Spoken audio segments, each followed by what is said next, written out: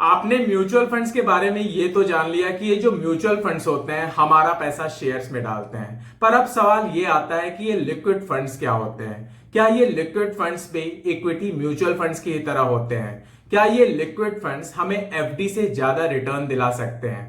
कितना सेफ है ये लिक्विड फंड्स हमारे लिए? और सबसे इंपॉर्टेंट, क्या आपको लिक्विड फंड्स में इन्वेस्ट करना चाहिए? ऐसे कई सारे सवाल हमारे मन में अक्सर जरूर आते हैं। तो आज की इस वीडियो में हम लिक्विड फंड्स के बारे में जानेंगे सब कुछ। नमस्कार दोस्तों, मैं हूं अभिषेक शर्मा और इसी के साथ वीडियो को शुरू करते हैं।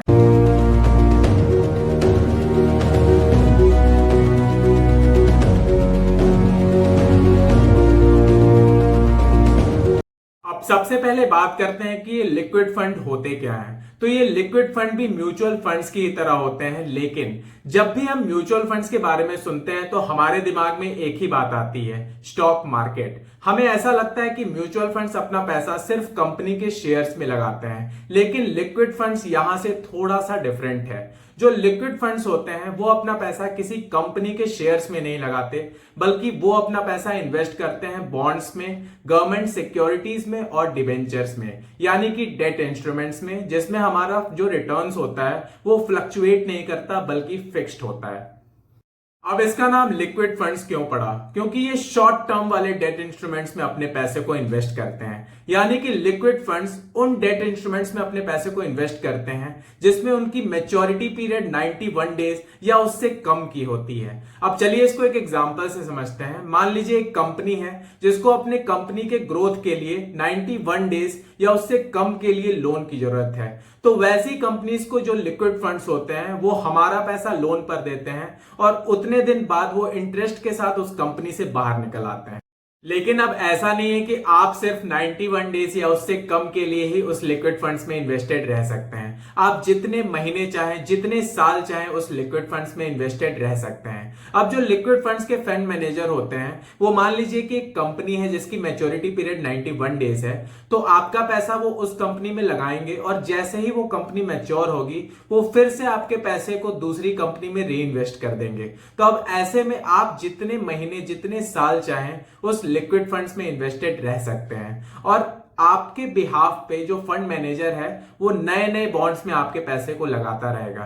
पर आप जब चाहें अपने पैसे को निकाल जरूर सकते हैं। इसलिए भी इसका नाम लिक्विड फंड्स पड़ा है, क्योंकि जब चाहें आप अपने पैसे को रिडीम कर सकते हैं और 1 या 2 दिन के अंदर वो पैसा आपके बैंक अकाउंट में क्रेडिट हो जाएगा।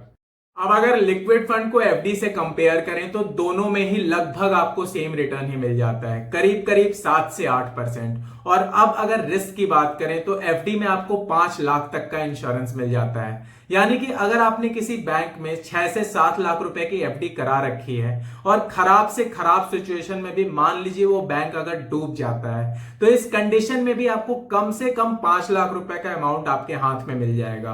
तो क्योंकि गवर्नमेंट एफडी पे सिक्योरिटीज या इंश्योरेंस देती है, इसीलिए एफडी को जीरो रिस्क माना जाता है।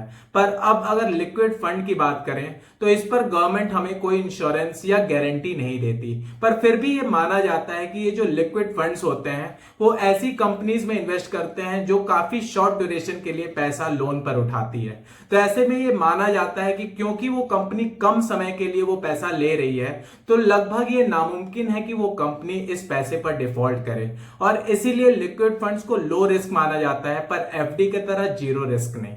तो अब अगर सेफ्टी कम है और रिटर्न्स भी सेम है, तो ऐसे में लोग अपना पैसा लिक्विड फंड्स में क्यों ही डालेंगे? क्या फायदा है लिक्विड फंड्स का?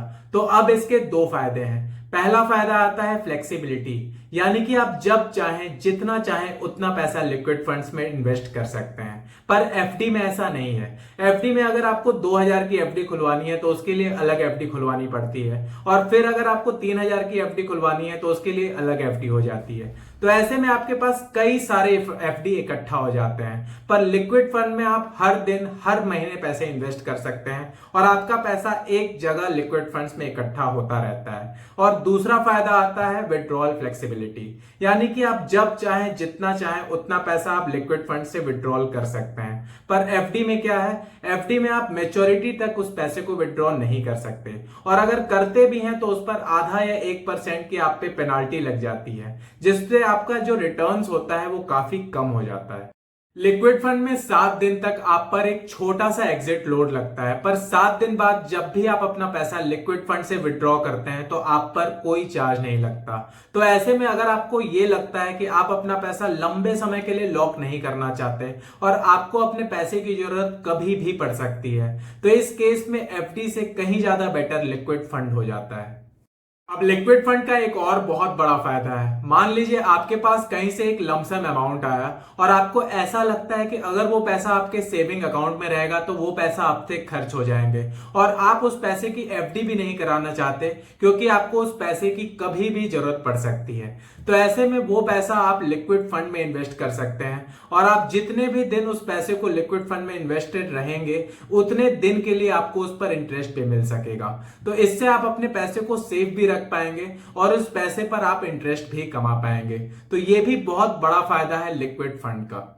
अब दोस्तों बात करते हैं कि आप खुद के लिए एक सही लिक्विड फंड कैसे चुन सकते हैं। पर उसके पहले हमें एक चीज समझनी होगी कि जब भी हम लिक्विड फंड में इन्वेस्ट करने का सोचते हैं तो हमारा मेन फोकस रिटर्न्स पर नहीं बल्कि सेफ्टी पर होना चाहिए। लिक्विड फंड में हमारा इन्वेस्ट करने का मकसद ही सेफ्टी होना चाहिए और अगर आपको रिटर्न्स ही ज्यादा कमाना है तो आप इक्विटी म्यूचुअल फंड में अपना पैसा इन्वेस्ट करें, ना कि लिक्विड फंड में। तो ऐसी लिक्विड फंड्स जो अपने पैसे को ऐसे कंपनीज में डालें जो काफी रिस्की हैं और वो आपके पैसे को डिफॉल्ट कर दें, इससे बेहतर आप वैसे लिक्विड फंड्स को चुनें जो अपना ज्यादातर पैसा गवर्नमेंट सिक्योरिटीज या AAA रेटेड वाली कंपनीज में डालते हैं, जिससे आप अपने पैसे को ज्यादा से ज्यादा सेव कर पाएंगे। हम अक्सर लिक्विड फंड्स को भी उनके रिटर्न्स देखकर चूज करने लगते हैं। अगर कहीं कोई लिक्विड फंड 6 से 7% का रिटर्न दे रहा है और कहीं कोई लिक्विड फंड 9% का रिटर्न दे रहा है तो हम बहुत तेजी से उस 9% वाले लिक्विड फंड की तरफ अट्रैक्ट हो जाते हैं। हम ये नहीं देखते कि कहीं वो लिक्विड फंड माल्या जैसी कंपनीज या यस बैंक जैसी कंपनीज में तो अपना पैसा इन्वेस्ट नहीं कर रहा जो हमारे पैसे को लेकर ही भाग जाए। तो ऐसे में अगर आपको रिस्क ही लेना है तो आप अपने पैसे को इक्विटी म्यूचुअल फंड या स्टॉक मार्केट में डाल के रिस्क लें, ताकि उस पैसे पर कम से कम आप 15-20% का रिटर्न कमा पाए। 1-2% के लिए इतना बड़ा रिस्क लेना ठीक नहीं है। तो दोस्तों याद रखिएगा कि अगर आपको अपने सेविंग्स पर डिसिप्लिन चाहिए तो लिक्विड फंड एक बहुत अच्छा ऑप्शन हो जाता है और अगर आपको रिटर्न्स कमाना है तो उसके लिए स्टॉक मार्केट और इक्विटी म्यूचुअल फंड जैसे इंस्ट्रूमेंट्स हैं। तो आज की इस वीडियो को यहीं खत्म करते हैं। मैं उम्मीद करता हूं कि ये वीडियो आपको पसंद आई होगी और अगर पसंद आई है तो इस वीडियो को एक लाइक कर दें, इस चैनल को सब्सक्राइब करें और इस वीडियो को अपने फ्रेंड्स और फैमिलीज में ज्यादा से ज्यादा शेयर करें। मिलते हैं अपने नेक्स्ट वीडियो में दोस्तों, तब तक के लिए बाय बाय।